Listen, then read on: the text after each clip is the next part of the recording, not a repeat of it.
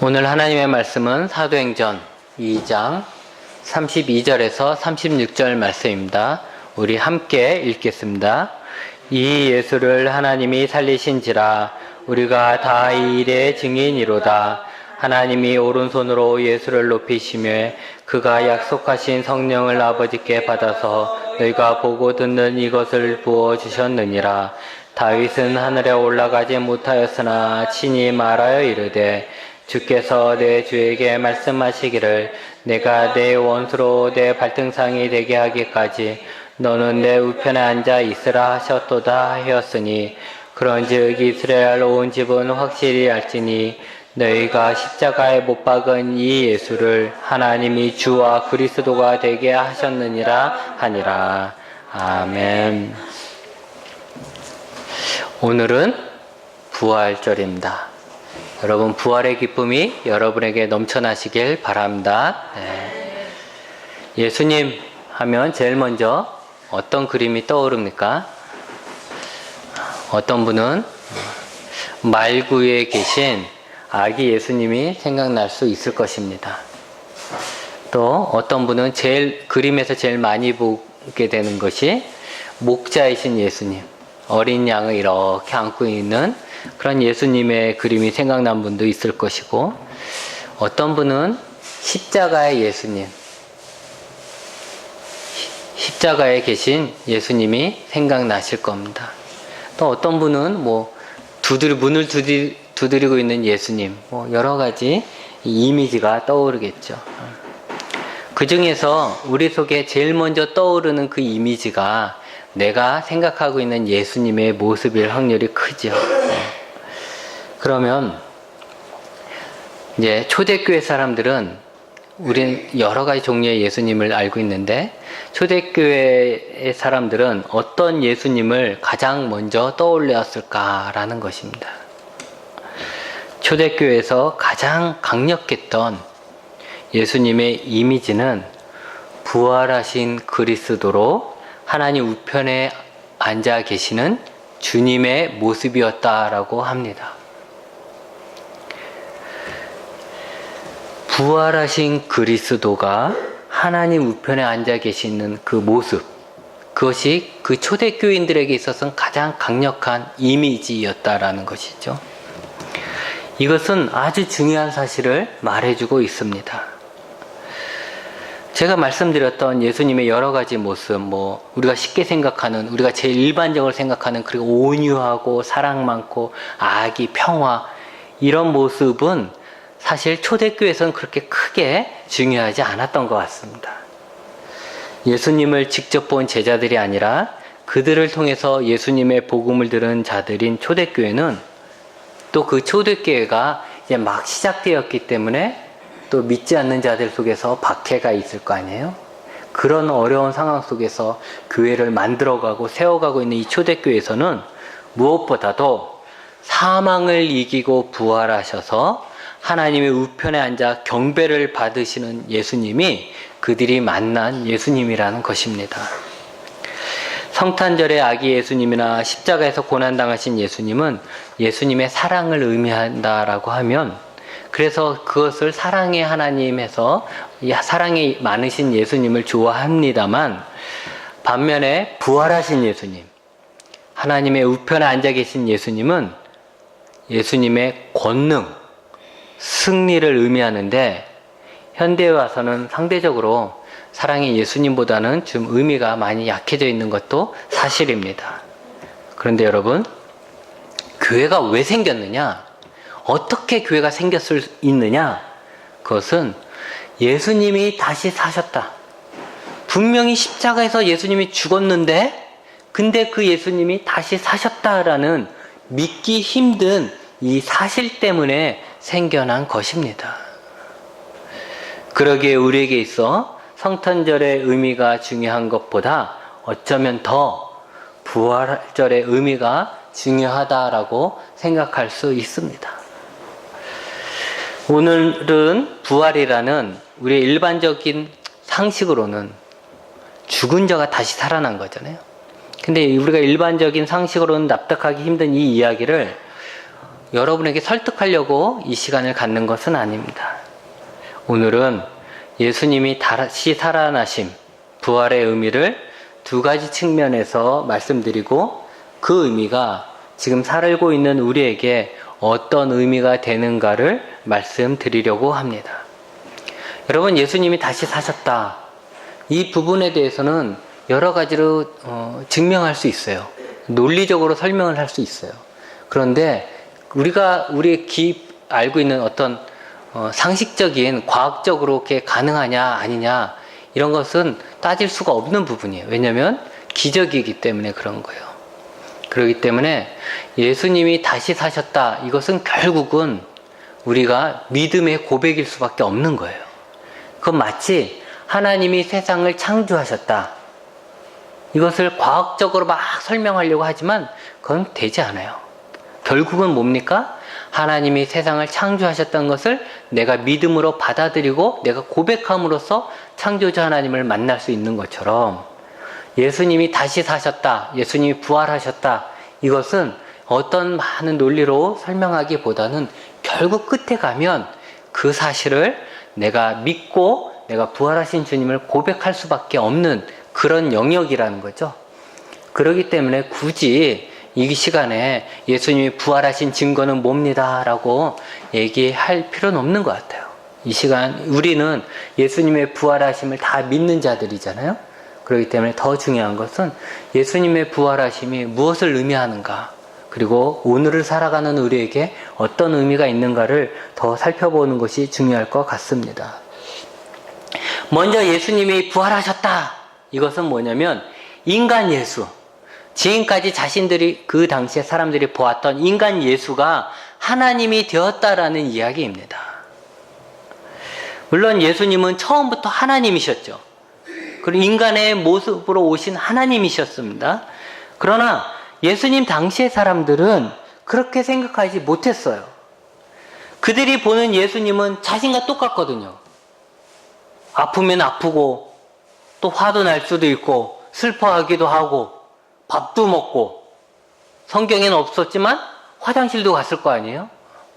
그러니까 자신과 똑같은 인간의 모습인 예수님을 바라보는 거예요. 그렇기 때문에 그들은 그 예수님을 보면서 인간의 모습을 하고 계신 그 예수님을 보면서 하나님을 생각하지 못한 것이죠. 여러분의 형제 중에 하나가 자신이 하나님이라고 말하면 여러분은 어떻게 생각하시겠습니까? 여러분이 어릴 적부터 같이 놀고 함께 자랐던 동네 친구가 어느 날 자신이 하나님의 아들이다 라고 말하면 여러분은 무슨 생각하시겠습니까? 당연히 미쳤다라고 생각하죠. 얘가 미쳤구나. 그가 아무리 말을 잘하고 아무리 성경에 대해서 잘 알아도 심지어는 그가 기도해서 병든 자를 고친다 할지라도 우리는 그를 보면서 그가 하나님이라고 하면 제가 미쳤다라고 얘기할 겁니다. 실제로 예수님의 친척들은 예수님을 뭐라고 그랬죠? 미쳤다라고 했어요. 제가 미쳤구나. 그래서 그 미친 예수님을 데리러 잡으러 오기도 했었죠. 그런데 그들을 잡으러 온 사람 중엔 예수님의 어머니도 있었고 동생들도 있었다라는 거예요. 그들은 예수님 미쳤다라고 생각한 거예요. 그 동생 중에 야고보가 있었어요. 근데 그는 예수님이 이 땅에 계실 때는 믿지 않았어요. 하나님의 아들이란 걸 믿지 않았던 거죠. 그런데요, 놀라운 건 몇 년 뒤에 최초의 교회라고 할 수 있는 예루살렘 교회가 생겼을 때 그 예루살렘 교회에 가장 영향력 있는 지도자가 바로 이 예수님의 동생인 야고보라는 거예요. 그가 어떻게 해서 인간 예수님을 자신의 형이었던 그 예수님을 하나님의 아들 예수님으로 믿고 경배할 수 있게 되었을까요? 바로 예수님의 부활 사건 때문이죠. 예수님이 부활하시지 않았다면 다른 사람은 다 속아 넘어간다 할지라도 예수님의 형제인 야고보는 절대 속지 않겠죠. 그런데 야고보가 그 교회의 지도자가 된 거예요. 죽은 예수가 다시 살아났다는 사실, 그 사건을 경험한 야고보는 자신의 형으로 생각했었던 예수가 정말 하나님이 보내신 하나님의 아들 그리스도라는 것을 알게 된 것입니다. 여러분, 예수님의 부활은 인간인 줄 알았던 예수님이 하나님의 아들이라는 것, 정말 하나님이라는 것을 나타내는 가장 강력한 증거가 됩니다. 사람들이 예수님의 많은 기적을 보고도 예수님이 하나님의 아들이라는 것을 믿진 않았어요. 예수님이 행하신 기적이 얼마나 많이 있습니까? 놀라운 기적들이 참 많이 있죠? 그때마다 사람들은 예수님의 기적을 보고 환호를 했지만, 그렇다고 해서 그가 예수님이 하나님이냐, 하나님 보내신 메시아냐, 하나님의 아들이냐 라고 얘기할 때는 선뜻 그렇구나 라고 말을 못했다는 거예요. 그런 많은 기적을 보면서도. 그러면서 계속 요구하는 거예요. 좀 더 네가 하나님이 보낸 그 아들이라는 것을 내가 믿을 수 있게 좀 더 다른 기적 보여봐, 다른 표적을 보여봐, 이런 요구를 하는 거예요. 계속 보여도. 그때 예수님이 하신 말씀이 뭐였죠? 내가 너희들에게 보여줄 표적은 요나의 표적밖에 없다라는 거예요. 그 요나의 표적이라는 것은 요나가 커다란 물고기 뱃속에서 3일 있다가 나온 그 기적을 얘기하는 거잖아요. 그러니까 예수님이 결국 마지막에 제시한 그 표적, 내가 하나님이 보내신 하나님의 아들이라는 것을 보내는 마지막 표적은 뭐냐면 요나의 기적. 또 성전에서 장사하는 사람들을 막 쫓아냈죠. 장사하는 사람 막 쫓아냈을 때 사람들이 와서 막 항의하는 거예요. 너가 뭔데 이렇게 하냐? 너가 뭐라고 지금 네가 이런 짓 하느냐? 라고 막 예수님한테 따졌어요. 그때 예수님이 하신 말씀은 내가 뭐냐? 그러니까 예수님한테 네가 뭐냐라고 했을 때 예수님이 하신 말씀이 뭐냐면 이 성전을 헐라 내가 3일 안에 일으키겠다라는 말씀이었죠. 결국 예수님의 부활이야말로 예수님이 하나님의 아들이라는 것, 메시아라는 가장 강력한 증거가 되는 것입니다. 여러분, 우리가 예수님을 단지 훌륭한 선지자 정도로 생각하는 것하고 예수님을 하나님이라고 생각하는 것과는 큰 차이가 있습니다. 성경을 읽을 때 예수님을 인간 예수라고 생각하고 읽는 것하고 하나님이신 예수님이라고 생각하고 읽는 것은 커다란 차이가 있습니다. 인간 예수, 그냥 하나님 잘 믿었던, 그래서 하나님의 특별한 은혜를 입었던, 그냥 하나님의 지혜를 가졌던 그런 인간인 예수라고 성경을 읽으면 성경의 많은 부분이 거짓말이거나 과장되었다라고 생각할 수밖에 없습니다. 예를 들어 죽은 나사로를 살리는 장면이라든가 물을 포도주로 만드는 것이라든가 막 물 위를 막 걸어간 것이라든가 이런 이야기들은 인간으로서는 도저히 할 수 없는 것이기 때문에 어떻게 생각합니까? 이건 거짓말이다. 이거는 후세에 다른 사람이 첨부해서 쓴 것이다. 아니면 이건 그리스 로마 신화처럼 이건 신화다. 이렇게 이야기를 할 수밖에 없는 거예요. 실제로 이렇게 이야기하는 사람들도 있습니다. 그들이 볼 때는 인간 예수로 보기 때문에 인간 예수가 할 수 있는 게 아니거든요. 그러니까 다 이거는 꾸며낸 이야기가 되는 거예요. 그러나 하나님 예수라고 하면 다 가능한 것이죠. 예수님이 하신 말씀에 대한 판단도 마찬가지입니다. 예수님이 자신이 하나님의 아들이라고 했을 때 그 당시 사람들은 미쳤다라고 했어요. 그리고 하나님을 모욕한다고 해서 저걸 죽여야 된다 이렇게 얘기했었죠. 우리도 인간 예수만 생각한다면 아까 이야기한 것처럼 내가 뻔히 알고 있는 내 친구가, 내 형제가 어느 날 갑자기 예수님이 자기가 하나님의 아들이라고 한다면 당연히 성경을 너무 많이 읽고 특히 예언서에 깊이 빠진 과대망상에 시달리는 정신병자라고 할 것입니다.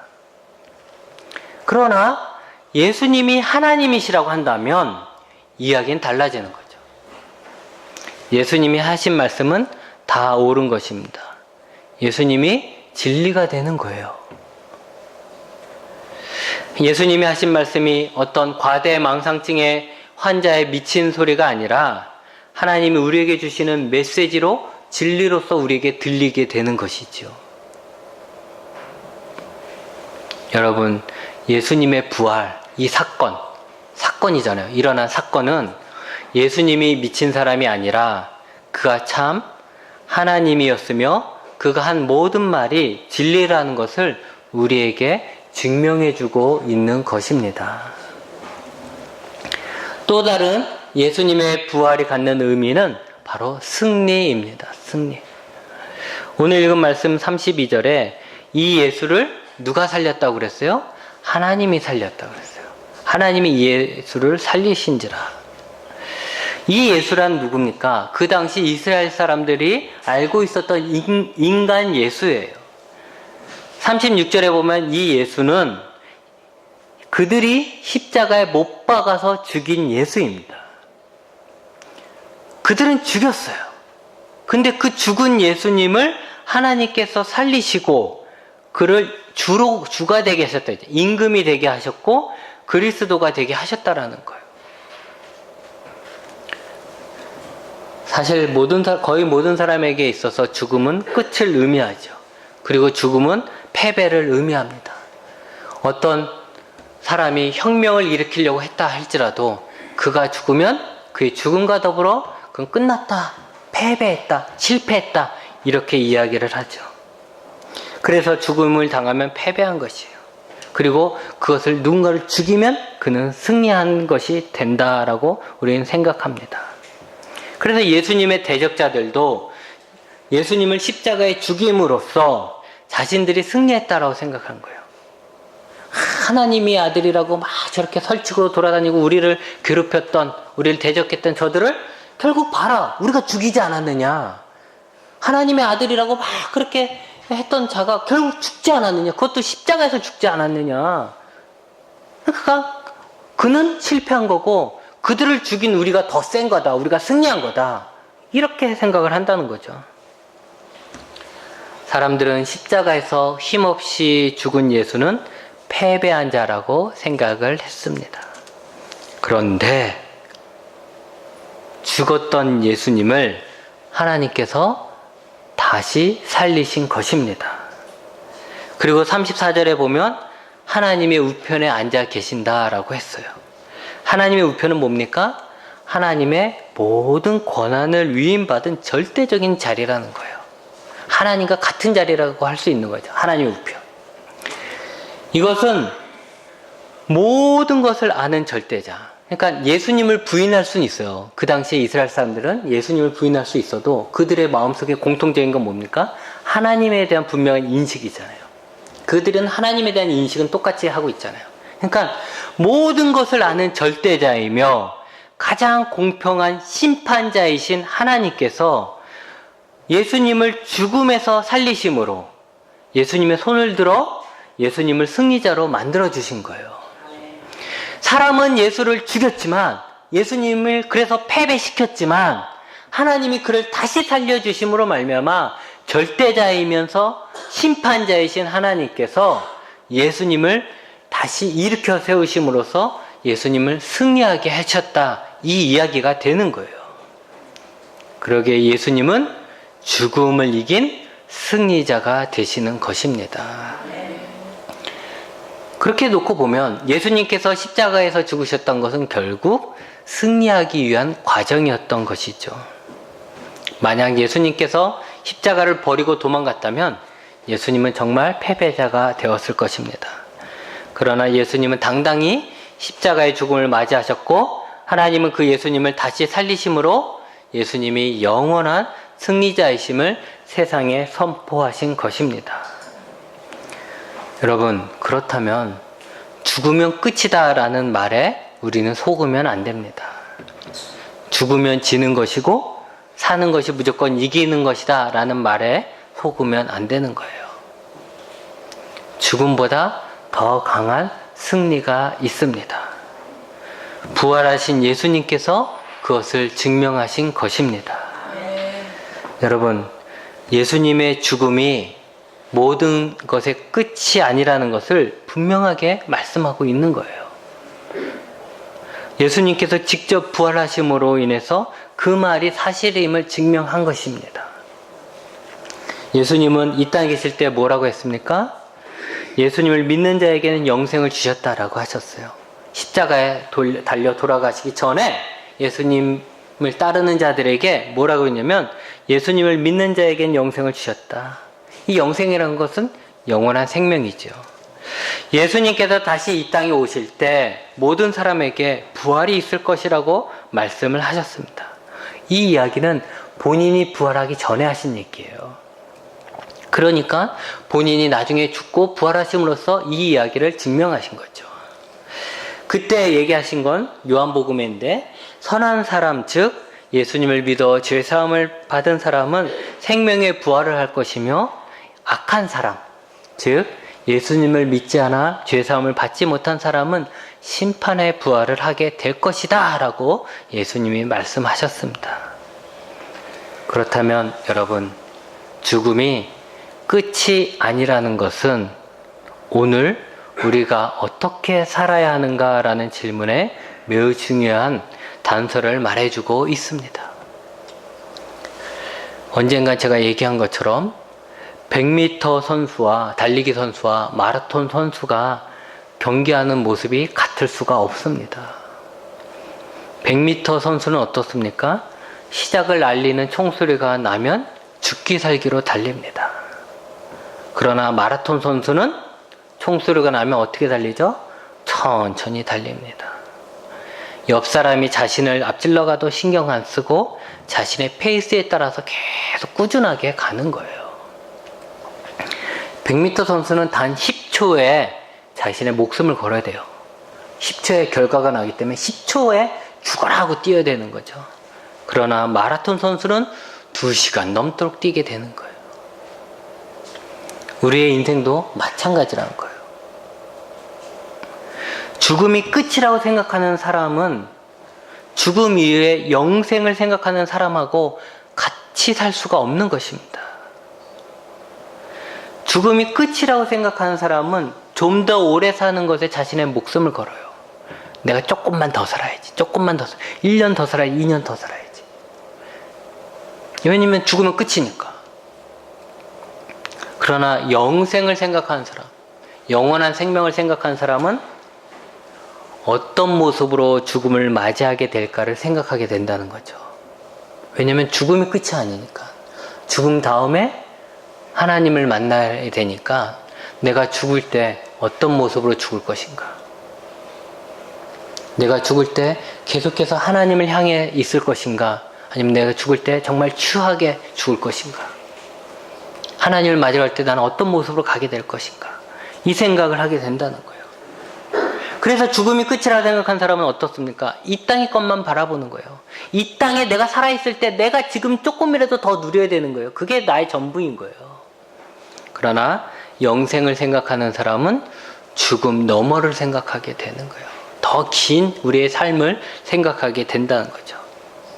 여러분, 마라톤 선수가 100m 선수처럼 달리면 완주할 수 없듯이 우리가 마치 죽음이 우리의 끝이라고 생각하면 우리는 천국에 합당한 삶을 살아갈 수가 없습니다. 예수님은 33살의 젊은 나이로 죽으셨습니다. 사람들은 그를 두고 실패자라고 말을 했지만 하나님은 예수님을 다시 살리시고 하늘나라에 올리시고 하나님의 우편에 앉히심으로 그를 승리자로 만들어 주셨습니다. 그래서 예수님은 지금도 살아 계십니다. 여러분, 예수님이 죽어서 홀령이 돼서 하늘나라에 앉아 있는 게 아니고, 죽어서 홀령이 돼서 하늘나라에 있는 게 아니고 살아 계시는 거예요. 죽은 게 아니고 죽었다가 다시 살아나셔서 그 살아나신 모습으로 하늘에 계신다라는 거죠. 우리도 마찬가지입니다.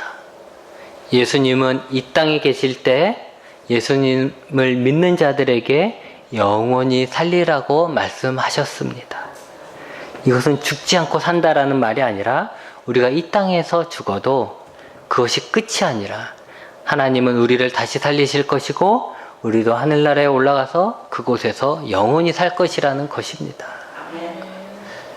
물론 하늘나라가 어디냐는 아직 논쟁이 있어요. 그러나 어쨌든 성경에 있는 얘기로만 보면 하늘나라에서 산다라는 거예요. 그렇다면 결국 우리에게 인생이란 무엇이냐? 이 땅에서 주신 사명을 감당하다가 하나님이 오라고 하실 때 하나님을 만나러 가는 길, 그것이 곧 우리의 인생이라는 것입니다. 끝으로 32절에 베드로는 자신들이 예수님의 다시 살아나신 것에 대한 증인이라고 말했습니다. 예수님은 부활하시고 승천하시기 전에 제자들에게 땅 끝까지 이르러 내 증인이 되라고 하셨어요. 증인이 되라. 그 예수님의 증인이라는 건 뭐죠? 예수님이 죽었다가 다시 살아나셨다는 거예요. 그거 증인하라는 거예요. 여러분, 우리의 믿음과 증인으로 사는 것은 서로 분리될 수가 없습니다. 베드로가 부활하신 예수님을 만났기 때문에 그는 다른 사람 앞에서 예수님이 다시 사셨다라고 말할 수 있었던 거예요. 그런데 우리는 믿진 않지만 증인이 되겠다라고 말하는 것이 말이 안 되는 것처럼 나는 믿어. 하지만 난 증인이 아니야. 라고 말하는 것 또한 말이 안 된다는 거예요. 부활하신 예수님은 지금도 살아 계십니다. 그 예수님을 우리가 정말로 믿는다면 우리는 살아계신 예수님을 믿지 않는 저들에게 예수님은 살아계셔 라고 거기에 대한 증인으로서의 삶을 살아야 하는 것입니다. 이제 말씀을 정리합니다. 우리의 믿음에 있어서 가장 중요한 두 가지, 그것은 나를 위해서 죽으신 예수님의 십자가의 사랑과 속죄에 대한 믿음이에요. 그래서 여러분이 예수님 생각하면 제일 먼저 떠올라야 될 건 십자가. 그 십자가의 의미는 나를 위한 예수님의 사랑이고 우리의 죄를 씻으시는 속죄의 의미라는 거예요. 거기에 대한 분명한 믿음과 또 죽음을 이기고 살아나셔서 지금도 살아계신 부활하신 예수님에 대한 믿음이라는 거예요. 그렇기 때문에 우리의 믿음은 단 두 단어로 말하라 하면 십자가와 부활입니다. 여러분이 누구에게 내 신앙을 고백할 때 이 두 단어를 빼면 우리의 신앙은 제대로 된 게 아니에요. 누가 내 신앙을 얘기할 때 나는 예수님이 나를 사랑하셔서 십자가에서 나를 죽으셔서 내 죄를 용서해 주시고 또 죽었던 예수님을 하나님께서 살리심으로 인해서 부활의 소망이 되시고 부활하실 거라는 믿음의 소망이 있다. 이 정도는 얘기해줘야 여러분이 신앙이 제대로 된 거예요. 만약 우리에게서 부활과 승천을 믿지 못하고 그 의미에 대한 깊은 깨달음을 우리가 간직하지 않았다면 우리의 믿음이라는 것은 결국은 기복신앙과 다를 게 하나도 없다는 거예요. 네, 제가 누누이 얘기한 것처럼 절에 가서 빌고 있는 사람하고 우리하고 다를 게 없다는 거예요. 똑같다는 거예요. 여러분, 부활하신 예수님은 하나님의 아들이십니다. 그러기에 그가 하신 모든 말은 진리입니다. 부활하신 예수님은 죽음을 이긴 승리자이십니다. 예수님은 예수님을 믿는 자에게 영생을 주신다고 죽어도 산다라고 말씀하셨습니다. 이제 우리는 부활하신 예수님에 대한 확신을 가지고 부활하신 예수님의 증인으로서 살고 또 부활의 소망을 품고 죽음을 두려워하는 자가 아니라 죽음을 이긴 자로서 살아가시기 바랍니다. 기도하시겠습니다.